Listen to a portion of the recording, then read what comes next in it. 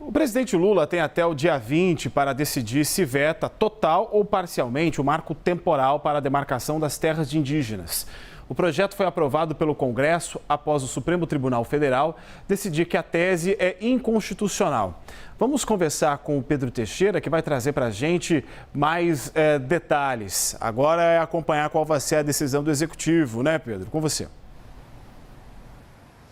Exatamente, Jairo. E as ministras do Meio Ambiente e também dos povos indígenas, a ministra Sônia Guajajara, tem sinalizado ao Palácio do Planalto a expectativa de veto completo do texto aprovado no Congresso Nacional. O presidente, como você bem disse, Jairo, tem até o próximo dia 20 para decidir sobre os vetos do texto. Já existe um movimento no Congresso Nacional, inclusive o nosso analista Pedro Venceslau conversou com o deputado líder da bancada ruralista na Câmara dos Deputados sobre a expectativa de veto do presidente Lula, mas na avaliação do deputado Pedro Lupion, do PP do Paraná, o veto já é esperado, mas será, segundo ele, inócuo, até porque a avaliação da bancada ruralista da Câmara dos Deputados é que o presidente Lula fará um movimento para os seus eleitores. Só para a gente contextualizar, o marco temporal estabelece que as terras indígenas são válidas no momento da promulgação da Constituição em 5 de outubro de 1988. Depois disso, o marco temporal entende que as terras indígenas que foram ocupadas depois da promulgação da Constituição não são válidas. O Supremo Tribunal Federal entende de forma diferente, muito por conta disso se estabeleceu um conflito entre o Congresso Nacional e o Supremo Tribunal Federal sobre a interpretação do marco temporal. Além disso, o que avaliou alguns senadores no momento em que o texto foi votado no Senado Federal, que algumas modificações poderiam ser feitas, mas se eles alterassem o texto naquele momento, ele teria que retornar para a Câmara dos Deputados. Então, muito por conta disso, eles não fizeram essas alterações. Os senadores já trabalham com a expectativa de revisão da decisão do presidente Lula com relação aos vetos que serão feitos a este texto, mas já há um entendimento que, mesmo com as alterações feitas pelo Congresso Nacional, o Supremo Tribunal Federal será incentivado a se manifestar sobre isso. Evidentemente, demora algum tempo para que o STF se manifeste sobre a validade ou não, sobre a constitucionalidade ou não do marco temporal, mas a avaliação de todo mundo aqui em Brasília é que a palavra final ficará com o STF, que já se manifestou sobre o assunto, já indicou que o marco temporal é inconstitucional.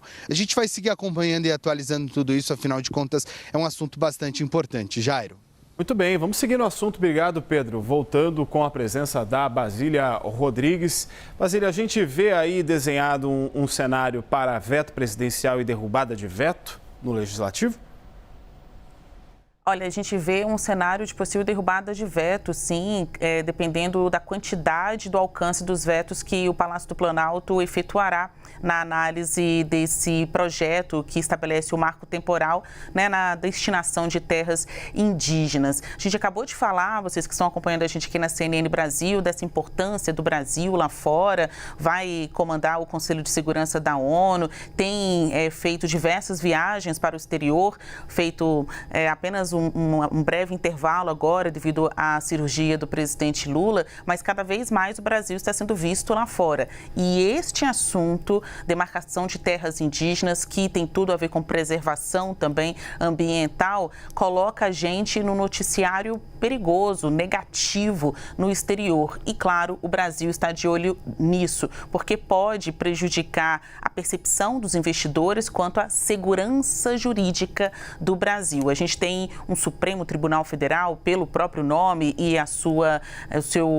prerrogativa, né, a sua competência, instância máxima da Justiça, deliberando sobre este assunto, mas em meio ao fogo cruzado aqui na esplanada dos ministérios, vem o Congresso Nacional e impõe uma outra regra, aprovando esse texto. Agora vai para o Palácio do Planalto, em que o presidente Lula tem a oportunidade de vetar integralmente, como pede o líder do governo no Congresso, Randolfo Rodrigues, ou então em partes, como pedem vários dos aliados do governo que votaram favoravelmente a esse texto, tanto na Câmara quanto no Senado Federal. Não fica bem para a imagem do Brasil lá fora essa confusão em um assunto que tem dimensão humana, né, e visto por outros países. O que a gente tem de briga, né, de conflito de entendimentos, tanto entre ruralistas quanto os indígenas nesse texto?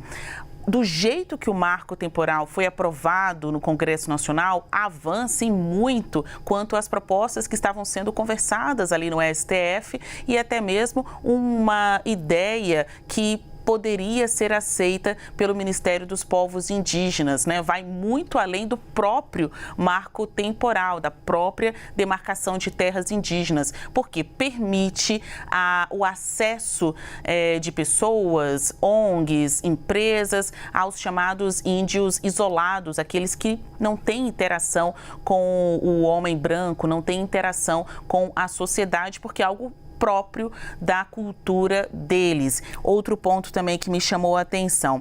Na avaliação de indigenistas, esse texto acaba levando a uma perda de territórios indígenas, porque faz alterações nos traços culturais. Ainda permite a instalação de mais bases militares e também o cultivo de transgênicos em terras indígenas. Então, vai mesmo além do que a própria demarcação previa de início. Do lado dos ruralistas, eles têm uma reclamação intensa ao afirmar que do jeito que está também não pode continuar, ou do jeito que estava também não pode continuar, porque o processo de demarcação dessas terras é longuíssimo e muitas vezes o dono da terra, ou pelo menos o ruralista que está lá, o produtor agrícola que está morando nesta terra, ele acaba perdendo ao longo deste processo, com conflitos, com a desconfiança sobre a própria propriedade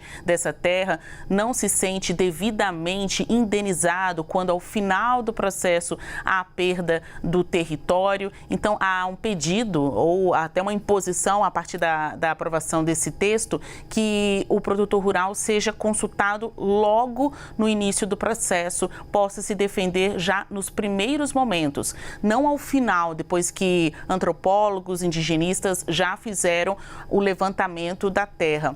E sacada, né, a cartada final. Se no fim, depois de Supremo intervir neste assunto, derrubar o marco fiscal, o marco temporal aprovado pelo Congresso, se os vetos forem muitos, a bancada ruralista diz que ainda pode aprovar uma emenda à Constituição. Isso fica lá no topo, porque isso é mais importante do que uma declaração de inconstitucionalidade do Supremo, porque é o próprio Congresso mudando a Constituição.